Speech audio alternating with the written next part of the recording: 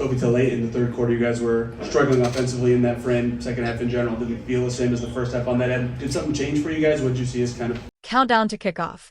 What really happens before an NFL game? No two NFL games are ever quite the same.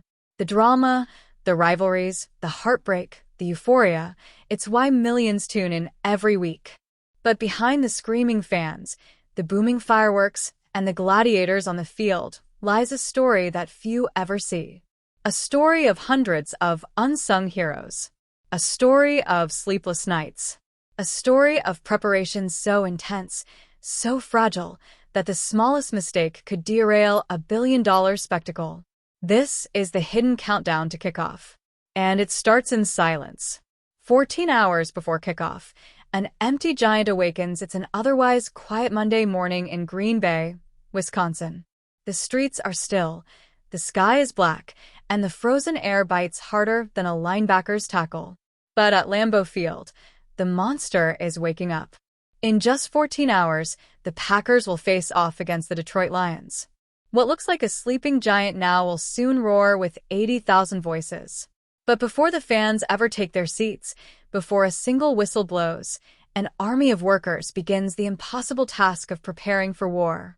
The field, a battlefield grown by farmers. My name is Alan Johnson. I'm in charge of basically everything that grows. He's not a coach, not a quarterback, not a star, but Alan is one of the most important men in Lambeau. Because without him, there is no field. Fans see grass. Alan sees life and death. He and his crew treat the field like farmers tending to sacred land. Every blade of grass, every yard line, every logo is painted, trimmed, and protected. The stakes? Nothing less than perfection. Because once the cameras are rolling, there are no second chances. The week before, 4 days of pressure, 4 days before the game, the stress begins. Generators, transfer switches, pumps, heating systems. Every piece of machinery that could fail is tested, retested, and prayed over. By Monday, deliveries begin. By Tuesday, the culinary staff loads kitchens with thousands of pounds of food and drink. By Wednesday, premium suites and clubs prepare to serve the elite. And by Thursday, scripts are written, scripts that dictate every second of pregame. From the coin toss, to the fireworks, to the anthem, to kickoff, every second is planned like a military operation. One mistake, and millions watching at home will see it. Fireworks, technology, and fear of running out this year. A new wrinkle, fireworks. They'll explode during introductions, after touchdowns, at the final whistle. But here's the terrifying truth. There are only enough for 6 touchdowns.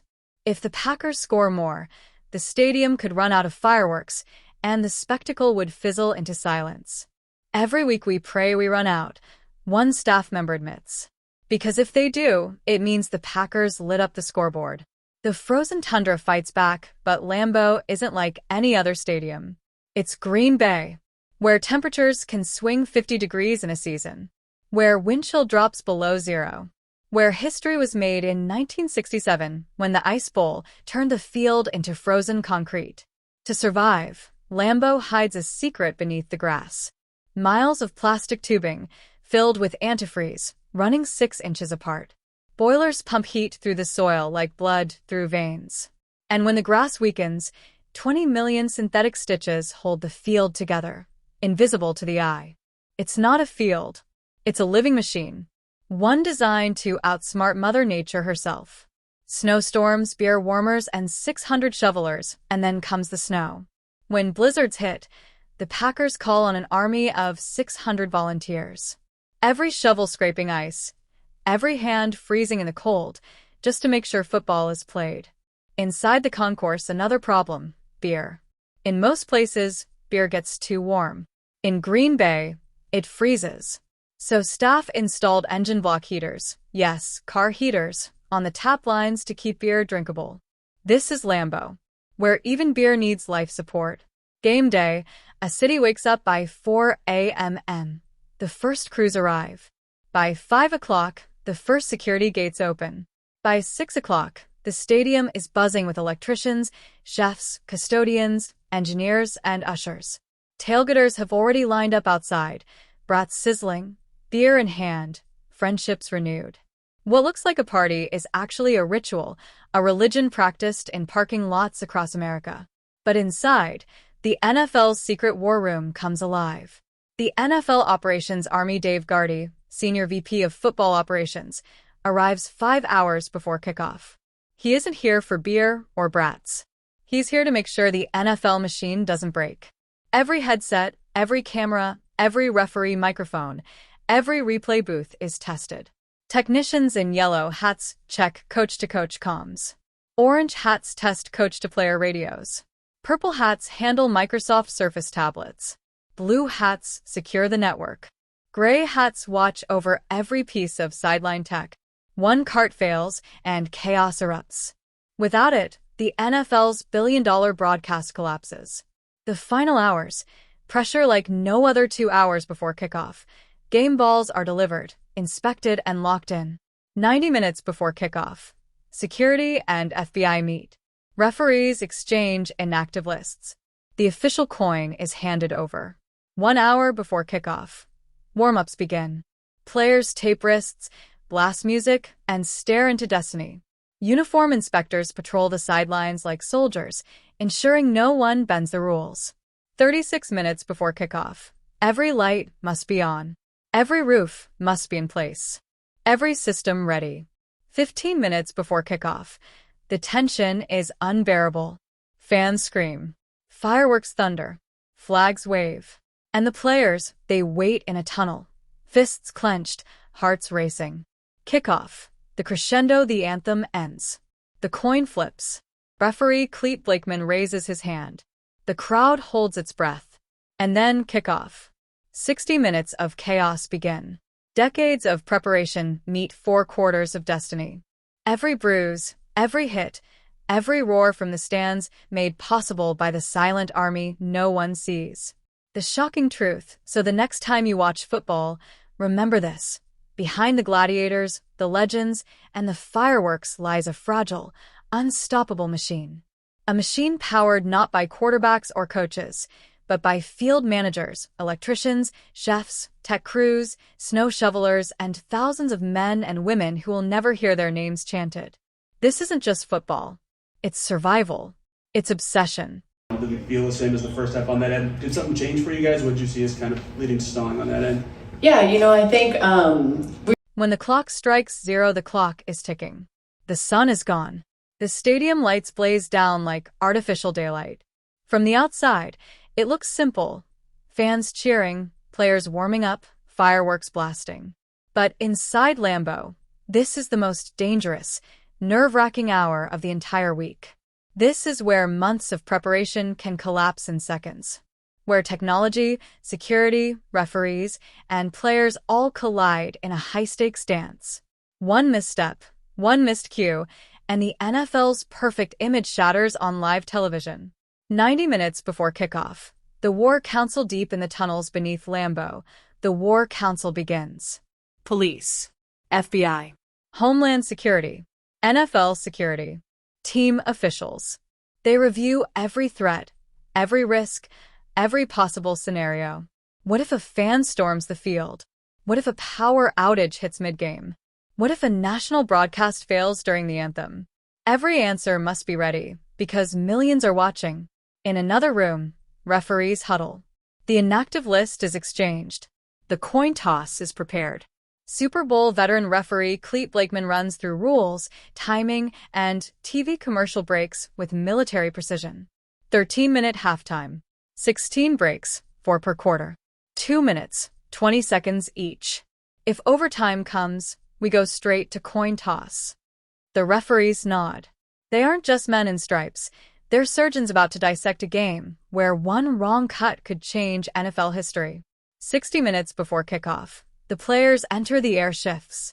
The locker rooms explode with sound. Music blares. Helmets snap on. Cleats stomp against concrete floors. Each player prepares differently. Some scream. Some cry. Some close their eyes and whisper prayers no one will ever hear. On the field, warm-ups begin. Receivers test the wind. Kickers measure the distance. Quarterbacks fire bullets into the frozen air. And behind them, silent inspectors stalk like hawks, measuring uniforms, checking cleats, making sure no detail breaks the NFL's rulebook. If even one shoelace is wrong, the player doesn't play. 36 minutes before kickoff. The point of no return at exactly 36 minutes before kickoff, the stadium becomes locked. The roof, if there is one, must be in its final position. The game lights must burn at full power. Replay booths must be live. All communications tested one last time. And from here on out, nothing changes. The stadium is a ticking time bomb, waiting to explode. 20 minutes before kickoff, the crowd becomes a storm. The gates burst open. A tidal wave of fans surges inside, each one bringing a storm of energy. Flags wave. Beer sloshes. Chants echo off frozen steel. And for the first time all day, the stadium begins to sound alive. Behind the scenes, the NFL's hidden army runs final checks. Yellow hats confirm coach-to-coach communication. Orange hats confirm quarterback helmet radios. Purple hats check every Microsoft Surface tablet. Blue hats secure the wireless networks. Gray hats keep everything running. Each one knows, if their system fails, the game fails. This isn't football. It's controlled chaos. 10 minutes before kickoff, the tunnel of fear. The players gather in the tunnel. The only thing between them and the roaring crowd is a thin curtain of smoke. Their bodies shake. Not from fear, but from adrenaline so powerful it borders on violence. Breathing is shallow. Jaws are clenched. They aren't thinking of family, money, or fame. They're thinking of survival. One last time, the referee checks the coin. One last time, Alan Johnson inspects the field. One last time, the NFL operations crew gives the all-clear. This is it. The national anthem. A stadium holds its breath. The announcer's voice booms. Please stand, remove your hats, and join us as we welcome Edward Rankin, a 6-time cancer survivor, as he sings our national anthem. The crowd rises. Soldiers salute. Players bow their heads. And for 120 seconds, 80,000 people breathe in unison. Then silence.